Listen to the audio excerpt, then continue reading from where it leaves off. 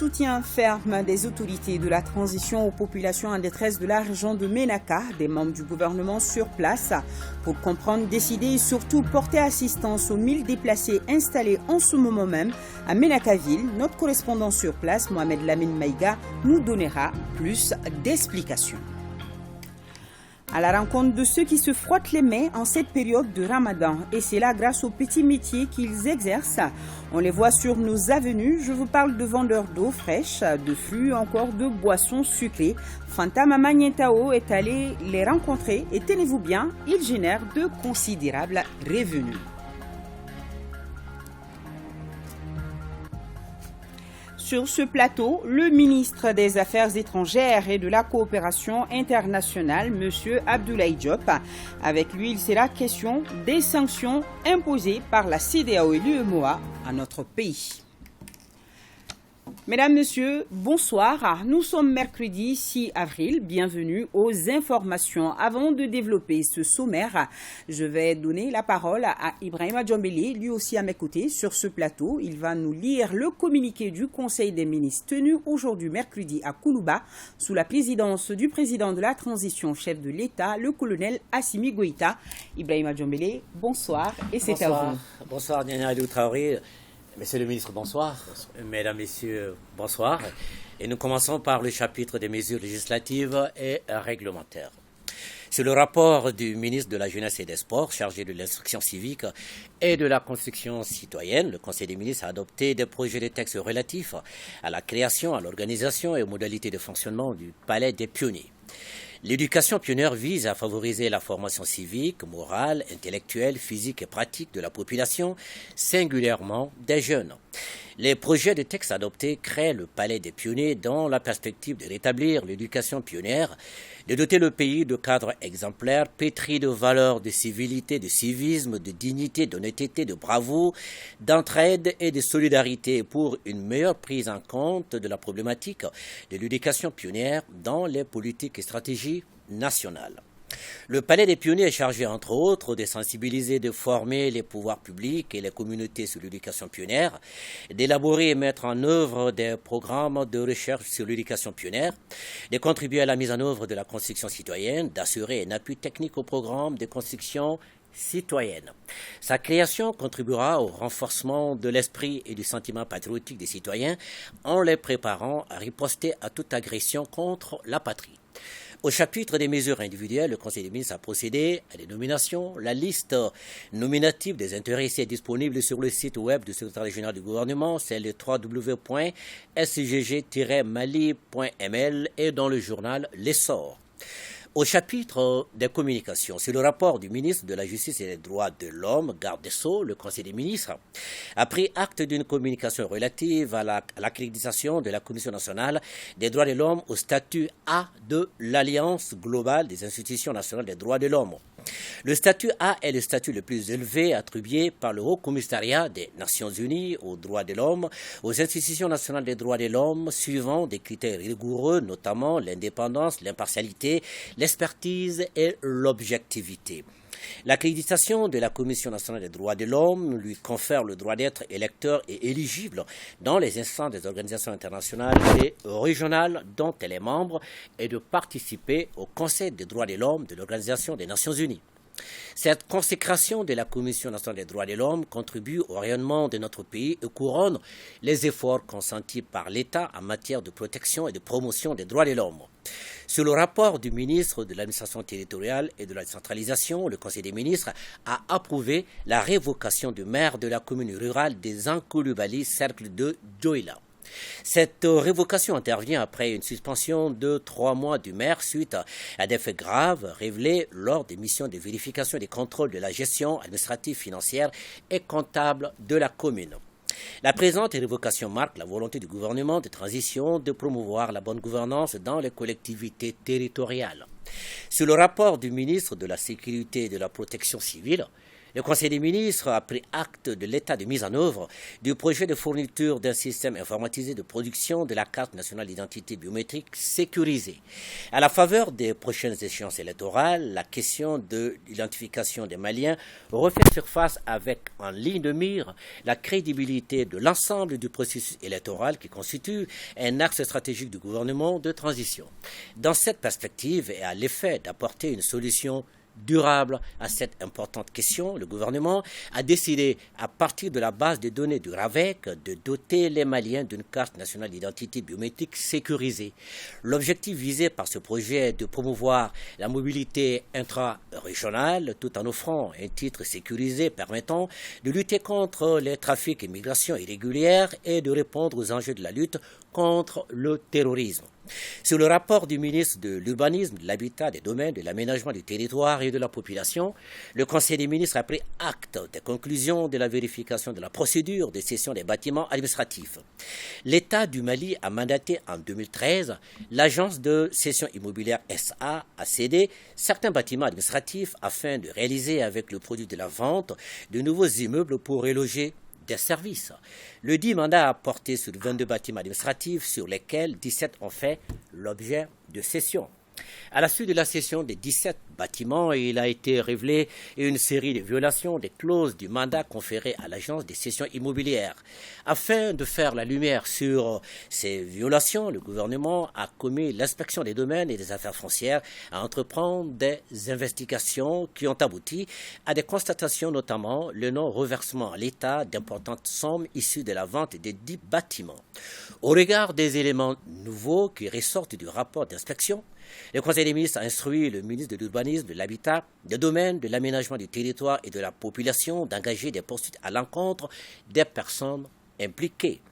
Sur le rapport du ministre de l'Environnement, de l'Assainissement et du Développement durable, le Conseil des ministres a pris acte d'une communication relative à la campagne de lutte contre l'exploitation minière par dragage des cours d'eau.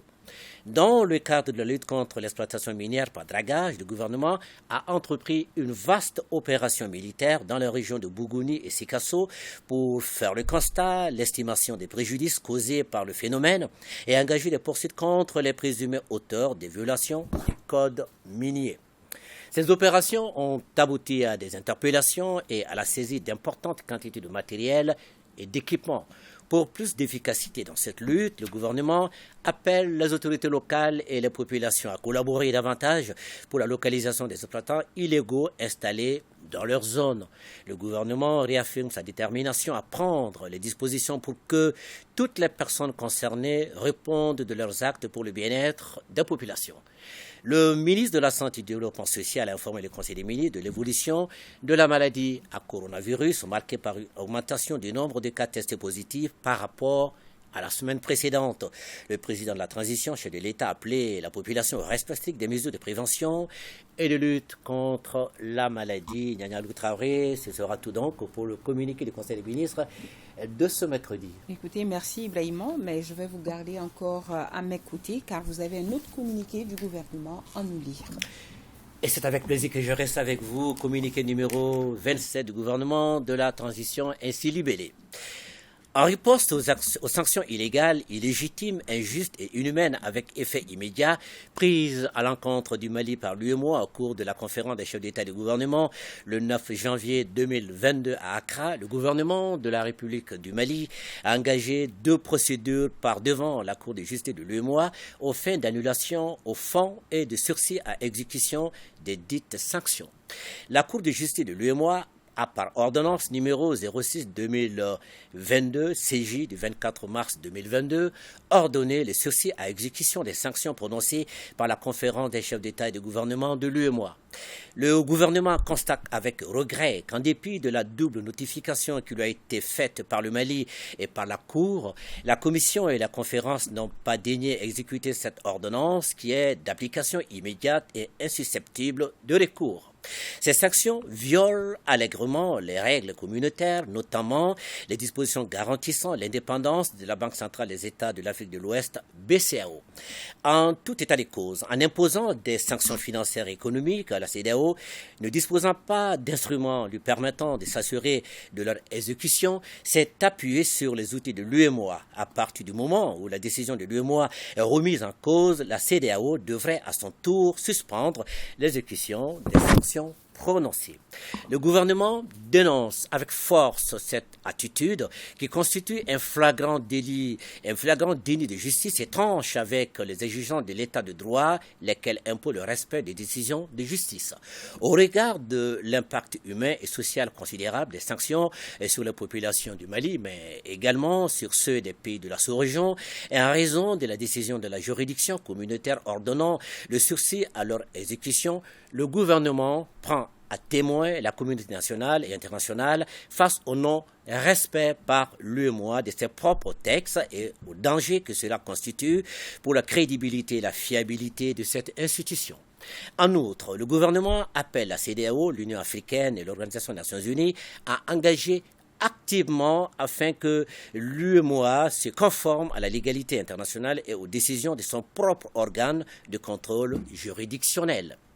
Les organisations internationales et régionales sont en effet bâties sur le principe de subsidiarité et la sacro-sainte règle du respect des textes auxquels tous les pays ont librement souscrit. De surcroît, le Mali est sanctionné selon l'UEMOA pour le présumé non-respect des textes communautaires sur la gouvernance et la démocratie. La conférence des chefs d'État et de gouvernement de cette institution, de même que les organes exécutifs, seraient-ils au-dessus du droit communautaire dont ils tirent leurs sources? Il y a lieu de se demander s'il ne s'agit pas d'une politique de 2 poids et 2 mesures motivée par un acharnement visant à asphyxier le peuple malien. Cette posture est influencée par des agendas et pressions extérieures à peine voilées pour punir un peuple pour ses choix politiques et obtenir par ses manœuvres un changement de régime. Le gouvernement de la République du Mali, tout en réaffirmant sa détermination à œuvrer pour un retour à l'ordre constitutionnel normal, réitère sa disponibilité au dialogue et à la concertation en vue de parvenir à un compromis acceptable avec des organisations sous-régionales. Un tel compromis doit nécessairement concilier les aspirations des Maliens à la paix, à la sécurité, aux réformes politiques et institutionnelles avec des attentes de la région et de la communauté internationale. Bamako, le 6 avril 2022, le ministre de l'administration territoriale et de la décentralisation, porte-parole du gouvernement, le colonel Abdoulaye Maïga, chevalier de l'ordre national. Nyanya Aloutra. Merci encore une fois, Ibrahima. Et je vais me tourner à présent vers notre invité qui va justement réagir par rapport au communiqué que vous venez de nous lire. Monsieur le ministre, bonsoir. Bonsoir, Nyanya. Merci d'être sur notre plateau. Pour ceux qui viennent de nous rejoindre, nous avons comme invité ce soir le ministre des Affaires étrangères et de la coopération internationale. Monsieur le ministre, pour faire simple, dites-nous pourquoi vous êtes là ce soir, pourquoi vous voulez vous adresser aux Maliens et que comptez-vous faire, ou du moins le gouvernement, après ce communiqué? Bonsoir. Je crois que le premier point, c'est d'abord de prendre l'opinion nationale et l'opinion internationale témoin pour qu'on comprenne que ce qui est en train de se jouer, ce n'est pas le droit. Parce que cette institution qui est l'Union économique et monétaire ouest-africaine, comme toutes nos institutions qui sont bâties sur la règle de droit, qui ont d'ailleurs sanctionné le Mali sous le prétexte que le Mali n'aurait pas respecté des textes communautaires par rapport à la gouvernance. Et voici que c'est le même Mali qui est sanctionné sur des bases qui ne sont pas légales. Nous l'avons dit, nous l'avons répété. Je crois que personne ne nous a écoutés jusqu'à ce que la Cour de justice de l'Union économique et monétaire ouest-africaine, qui est l'organe juridictionnel établi par notre propre organisation, qui saisit par le gouvernement du Mali pour examiner cette question, pour d'abord un sursis à exécution. Nous avons eu raison sur le fond, sur la forme, et maintenant, sur le fond, nous avons demandé une annulation. Je crois qu'à partir du moment où il y a cette décision, une décision de justice, si nous prétendons être dans un état de droit, et dans une organisation bâtie sur le droit, je crois que la première chose, c'est d'abord de se conformer aux décisions de justice. Vous vous imaginez que si c'était le Mali qui avait été sanctionné par cette institution et que le gouvernement n'est pas obtempéré, quel vacarme nous aurons eu au plan régional. Donc je crois que c'est pour d'abord indiquer qu'il y a une décision de justice qui a donné raison au Mali quand on a dit que cet acte était... Parce que ça a été une fabrication, ça a été un montage parce que nous l'avons dit et répété, la BCEAO, qui est l'organe monétaire de notre union, auquel le Mali a librement consenti son droit d'émission monétaire, ne peut pas faire cela. Parce que l'article 4 du statut de la BCEAO est extrêmement clair. Cet organe ne peut recevoir des directives ni des chefs d'État, ni d'un pays, ni d'aucun autre organe juridictionnel. Et justement, la BCEAO a reçu des instructions pour agir sur la base de critères politiques. Or, la BCEAO, les seules sanctions qui sont prévues par la banque, ce sont des sanctions basées sur des critères économiques et financiers. Si un État manque un certain nombre de critères de convergence, on peut décider de lui retirer un certain nombre de financements. Donc je pense qu'on est allé à ce niveau et je crois qu'à partir du moment où on est dans cette situation, et le Mali a raison, et nous pensons que ces sanctions devaient être immédiatement levées par la conférence des chefs d'État parce que ce sursis-là n'est d'ailleurs susceptible d'aucun recours. Et le deuxième argument, c'est d'indiquer que la CEDEAO elle-même qui a bâti ces sanctions économiques et financières par la fermeture des frontières, mais la fermeture des banques, la CEDEAO n'a pas de banque. Elle a utilisé le système de la BCEAO. À partir du moment où la Cour de justice dit que il faut stopper, même la CEDEAO devait lever cette mesure. Et je crois que ce n'est pas à ça que nous avons assisté et ces mesures sont maintenues injustement. Ça affecte les populations et nous voulons dire d'ailleurs à toutes les organisations, que ce soit l'Union africaine, les Nations unies, l'Union européenne ou d'autres qui disent que nous nous alignons derrière ces organisations. À partir du moment où ces organisations sont dans des postures qui sont illégales et que tout le monde crie partout que nous sommes dans un état de droit, c'est pour montrer le paradoxe et même quelque part l'hypocrisie par rapport à ce type de situation que le gouvernement du Mali a décidé de pointer du doigt, de dire que voilà, ces pays ne respectent pas, ces institutions ne respectent pas l'état de droit et nos populations sont injustement frappées. Et le Mali va continuer à utiliser de toutes les voies de recours pour obtenir l'application de cette mesure-là. Je crois que c'est ça aujourd'hui que nous voulons mettre en avant et aussi dire que même cette décision de la BCEAO, nous savons qu'il y a des donneurs d'ordre ailleurs. Nous les avons vus sortir récemment des bois pour donner des injonctions. Nous savons que notre pays est aujourd'hui puni et sanctionné pour ses choix politiques. Je crois que c'est ça l'enjeu majeur aujourd'hui, mais je crois que ce sont des arguments qui sont totalement fallacieux et le gouvernement a décidé aujourd'hui de s'assumer et de prendre tout le monde à témoin pour dire que ce qui est en jeu, ce n'est pas l'état de droit, c'est un acharnement contre notre pays et ceci n'est pas acceptable. Oui, le communiqué dit non-respect des textes, des engagements politiques des 2 poids, 2 mesures. Monsieur le ministre, malgré tout ça, est-ce que les négociations se poursuivent-elles entre le Mali, les chefs d'État et ces institutions-là? Le dialogue n'a jamais été rompu, en tout cas du côté du Mali, depuis le début. Le président de la transition, son Excellence Assimi Goïta, comme le Premier ministre, nous l'avons de tout temps clamé notre attachement au dialogue et nous nous sommes engagés dans ce processus de discussion. Vous vous souvenez qu'au sortir des assises nationales, le Mali avait mis sur la table une proposition d'une transition de 60 mois, 5 ans en résumé. Et dans le cadre de discussion, nous sommes arrivés jusqu'à une transition de 2 ans, ce qui me semble être un délai qui est réaliste compte tenu du contexte sécuritaire, du contexte politique du pays. Et nous voyons aussi un certain nombre de chefs d'État de la CEDEAO aussi qui sont sensibles à notre message. Mais aussi nous voyons que certains sont dans des postures de pouvoir obtenir un effondrement du régime et il n'y a pas vraiment une bonne foi de certaines entités pour pouvoir arriver à un accord. Aujourd'hui, le gouvernement du Mali a indiqué qu'il nous faudra 24 mois pour pouvoir conduire les réformes nécessaires pour améliorer le niveau de sécurité du pays et aller vers des élections transparentes et crédibles pour un retour à l'ordre constitutionnel. Nous en sommes là et nous continuons par rapport à cette position qui a été tenue. Et nous restons ouverts au dialogue, mais nous pensons qu'aujourd'hui, ça c'est un minimum pour nous permettre vraiment d'atteindre des objectifs qui ont été assignés par les assises nationales, mais aussi par la réalité du terrain au Mali que nous connaissons tous.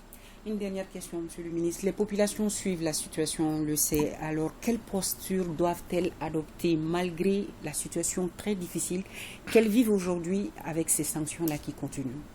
Vous savez, le gouvernement, le chef de l'État, nous tous, nous ne sommes pas insensibles. Nous le vivons. Nous savons que c'est des situations extrêmement difficiles. Et ce que nous souhaitons, c'est que ces mesures puissent être levées pour qu'on puisse arriver à une situation normale. Mais aussi, ce que nous souhaitons, c'est de faire en sorte que le pays sorte de cette situation, qu'on ne retombe pas le lendemain par rapport à cela. Des efforts sont en cours. Le gouvernement est en train de déployer des efforts énormes pour pouvoir maîtriser les prix, pour pouvoir sécuriser un certain nombre de corridors.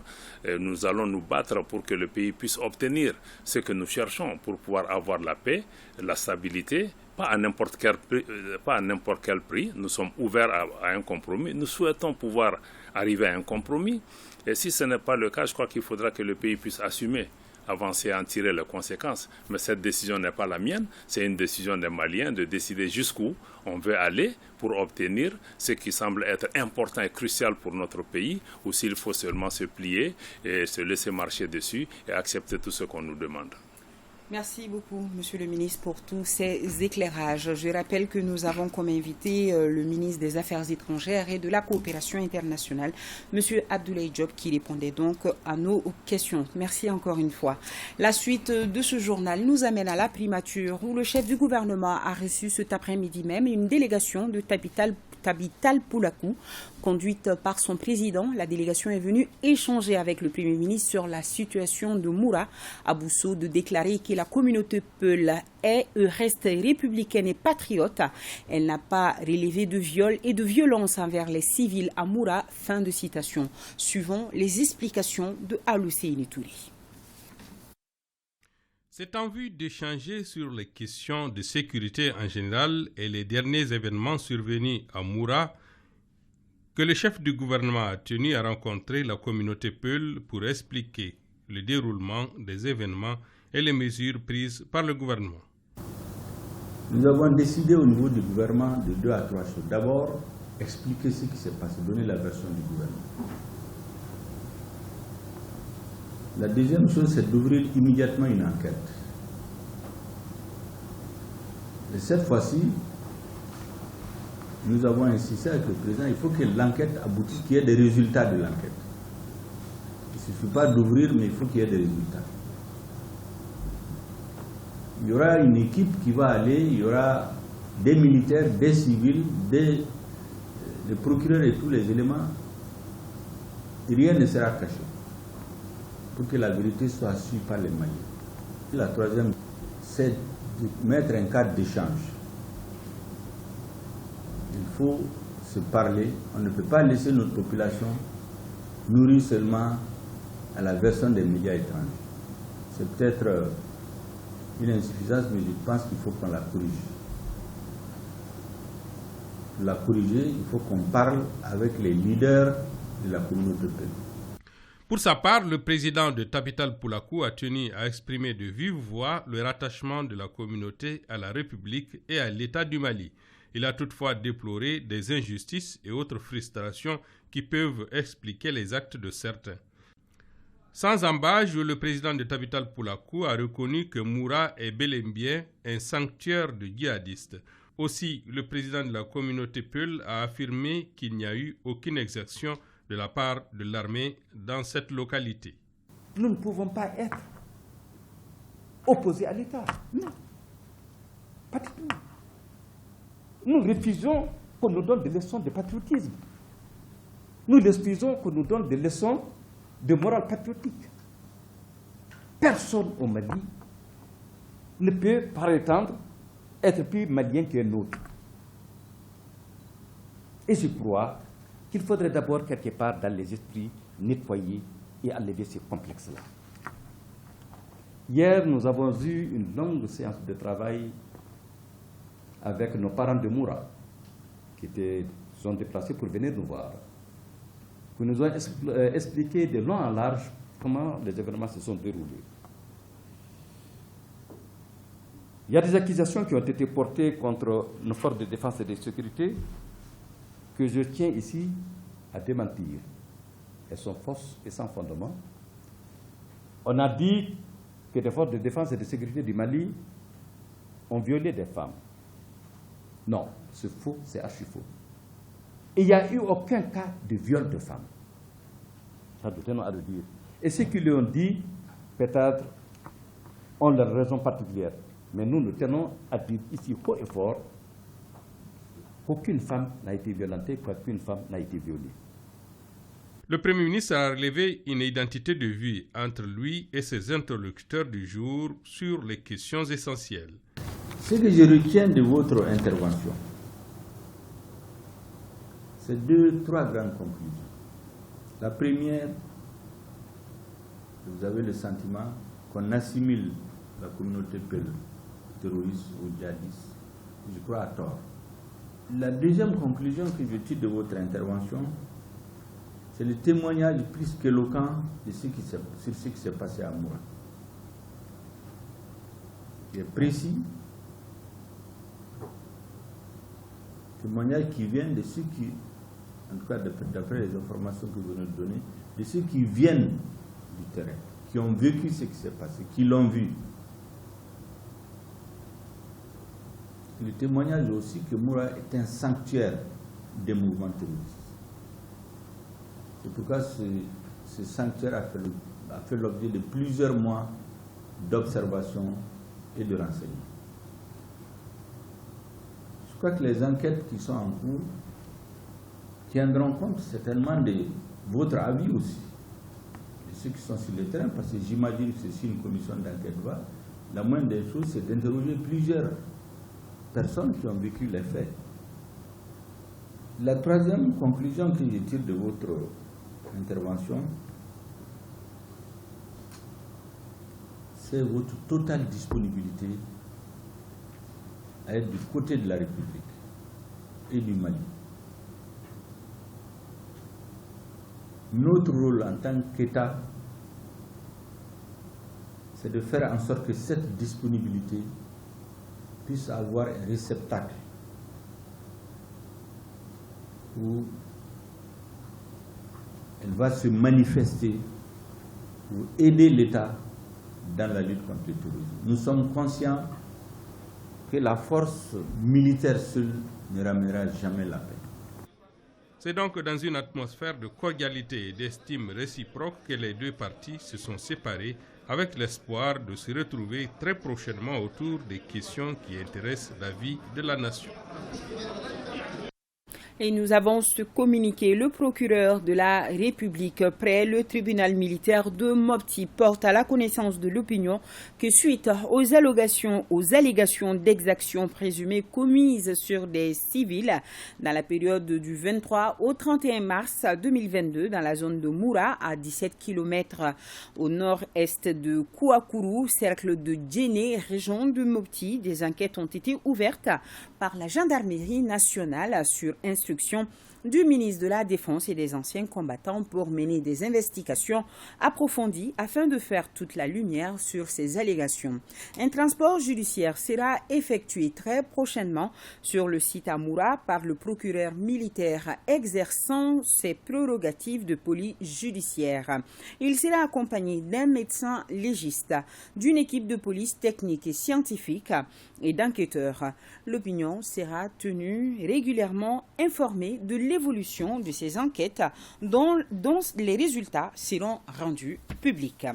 Les autorités de la transition sur plusieurs fronts, à présent direction la région de Ménaka, qui vit une situation difficile en ce moment suite aux affrontements survenus à Tamalat, Inchinana, Anderaboukan, Inekar et autres.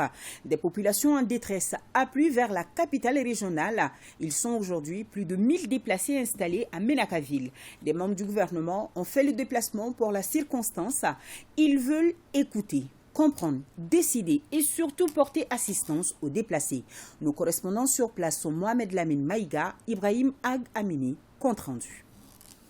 Une mission de 3 ministres envoyée par le chef de l'État arrivée à Ménaka pour présenter les condoléances de la nation à la population éprouvée par les événements douloureux survenus dans la région ces derniers temps. Ces événements ont fait plusieurs victimes et des milliers de déplacés vers la ville de Ménaka.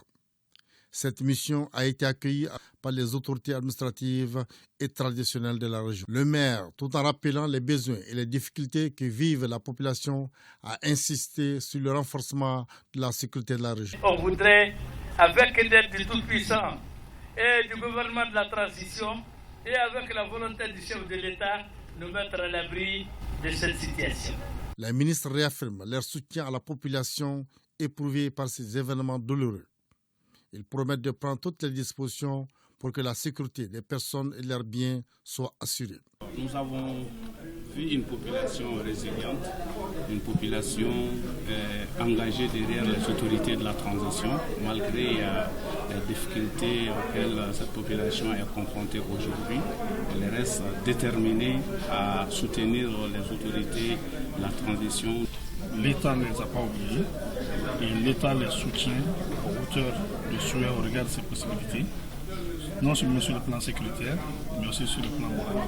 La rencontre avec les autorités traditionnelles, la remise de vivres ont été aussi des moments forts de cette mission gouvernementale exceptionnelle conduite par le ministre de la Réconciliation, de la Paix et de la Cohésion nationale. L'actualité, c'est aussi le Ramadan. Mois béni du Ramadan, très bien béni pour ceux qui se frottent les mains en cette période. Écoutez, ils sont nombreux. Eux, on les retrouve dans les petits métiers. Ils sont vendeurs d'eau fraîche, de fruits, de boissons sucrées, entre autres.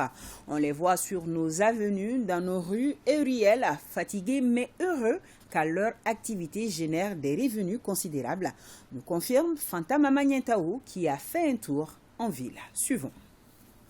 Nous sommes au mois de Ramadan. La canicule s'abat sur Bamako, la capitale. Ils sont jeunes, moins jeunes, mais aussi des femmes de différentes tranches d'âge à exercer les petits métiers durant ce mois béni de Ramadan. Ces petits métiers sont certes occasionnels, mais générateurs de revenus pour bon nombre de ménages. À propos de la date, pendant ce mois, vraiment, il y a beaucoup de marchés. Il y en a beaucoup qui auront besoin de la date. Donc pour le rituel, la date est très importante. Donc voilà pourquoi c'est la période au moment où on profite de l'occasion.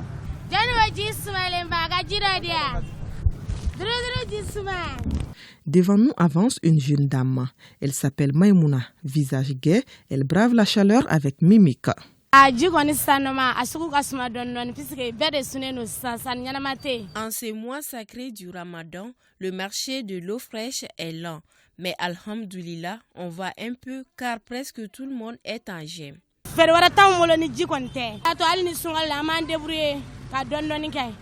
Le soleil tape si fort. Les vendeuses de boissons sucrées et de la tisane sont un peu partout au bord des goudrons. On a beaucoup de qualités de boissons sucrées, les prix diffèrent. Le marché n'est pas comme le Ramadan passé. Les gens n'ont pas assez d'argent, tout ça est dû à la situation actuelle du pays. Mais la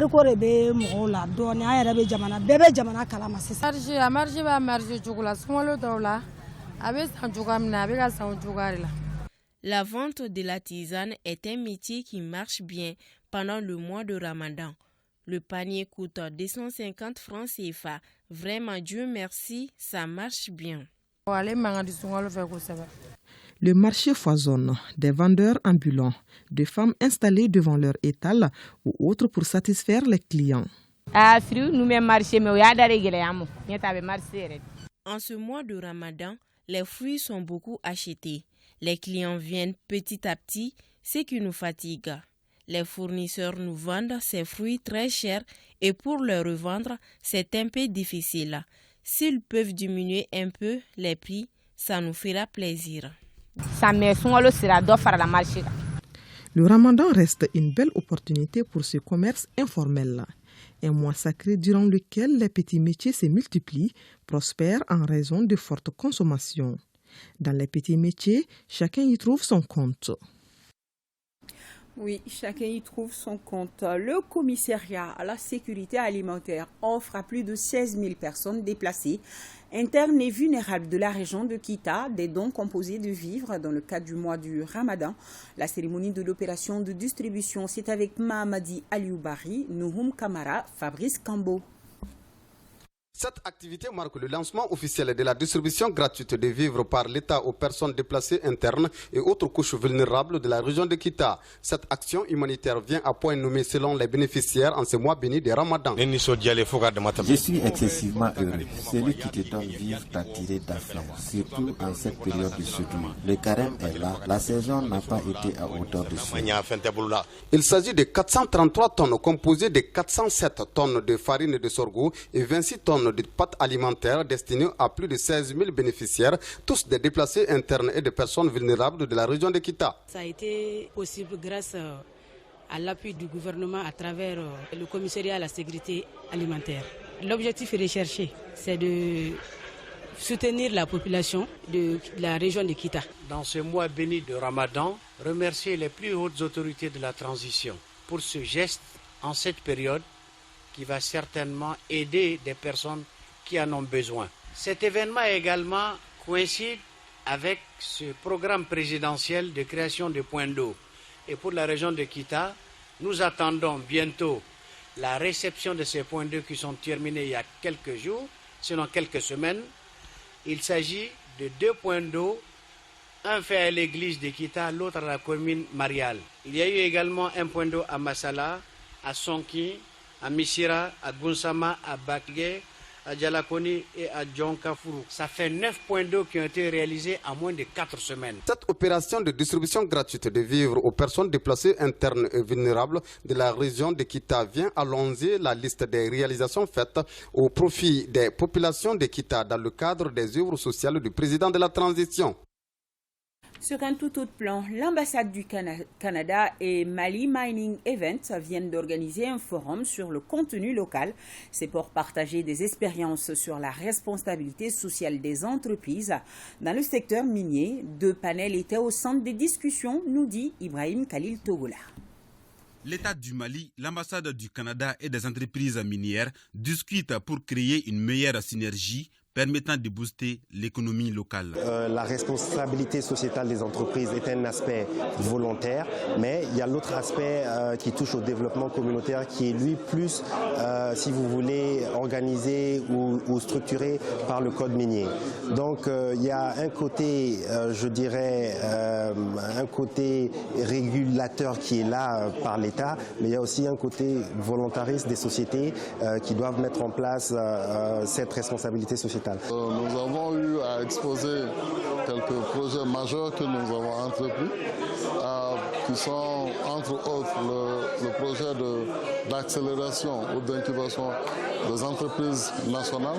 Nous avons parlé aussi de tous les projets qu'on fait dans la protection de l'environnement, notre projet de conservation de la biodiversité dans la boucle du Baoulé. En contribuant à l'organisation de ces forums, l'ambassade du Canada souhaite que les compagnies maliennes profitent de l'exploitation minière et à moindre coût. Ce débat, nous l'avons depuis des années et ça nous a motivés à susciter la création d'une alliance qu'on appelle l'Alliance des prestataires et fournisseurs miniers, la FOPREM, dont l'objectif c'est de réunir les compagnies locales, les PME et PMI maliennes, qui sont susceptibles de fournir des prestations et des biens.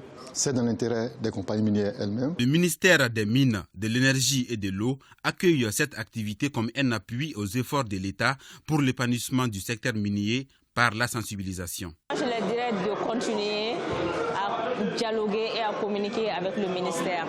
Que les activités qui soient menées au niveau des mines soient communiquées, soient connues et que les actions ou les décisions qui sont prises au niveau du ministère soient partagées par toutes les parties prenantes. Au sortir des échanges, les participants conviennent qu'il faut aujourd'hui une co-gouvernance du secteur minier pour que chaque acteur joue pleinement son rôle dans le but de mieux booster le secteur.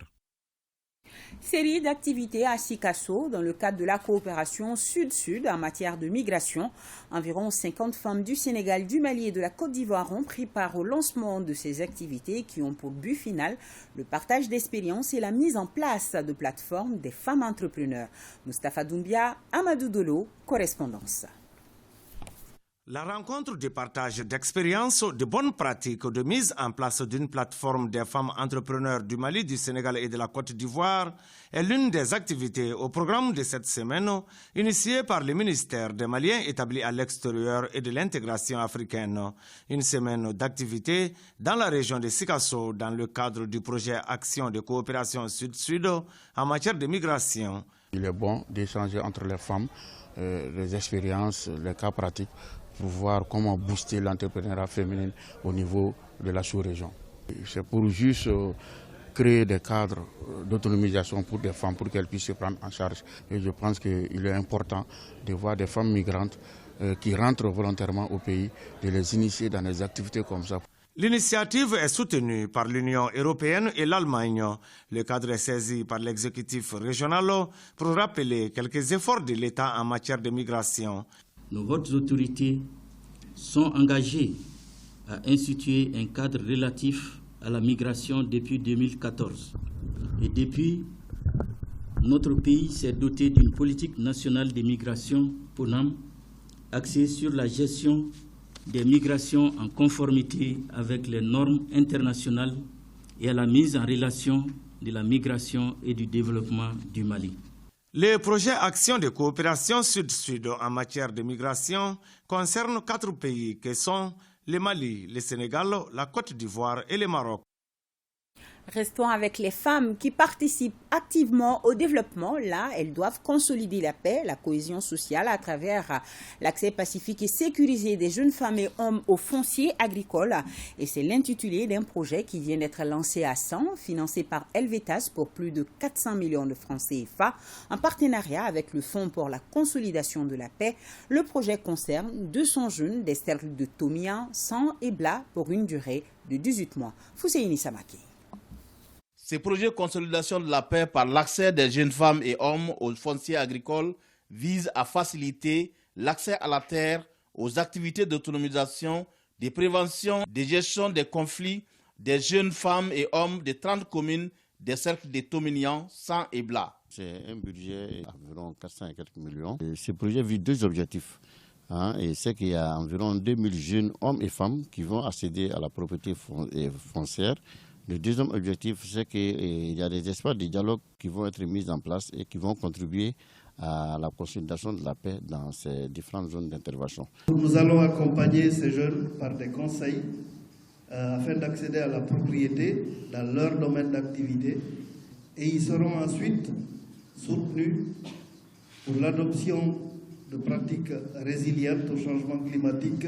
Ces projets structurants offrent des opportunités économiques permettant l'amélioration des cadres de vie des populations dans les zones sahéliennes du Mali, lorsqu'on sait que 60% des conflits de ces localités sont liés aux fonciers agricoles. Le projet travaillerait sur les problématiques majeures suivantes. Renforcer les capacités des jeunes en termes de sécurisation foncière, le renforcement des services de l'État et des collectivités territoriales à jouer un rôle de soutien aux acteurs du système. La cérémonie de lancement de ce projet a regroupé les différents acteurs en charge de l'accès aux fonciers agricoles, de l'égalité des sexes et des prises de décisions participatives.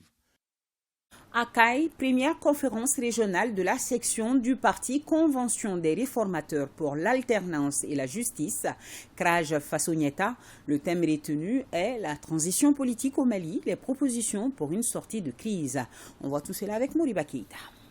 C'est pour jouer pleinement sa partition à l'édifice national que le parti Convention des réformateurs pour l'alternance et la justice, Kraj Fassonieta, a tenu cette première conférence de la section de Caille. Pour les initiateurs, la date du 26 mars est tout un symbole. À travers cette date, le Kraj Fassonieta a bien voulu se rendre à Caille pour rendre un vibrant hommage à nos camarades tombés en mars 1991 pour que la liberté d'expression, la démocratie soit une réalité dans notre pays.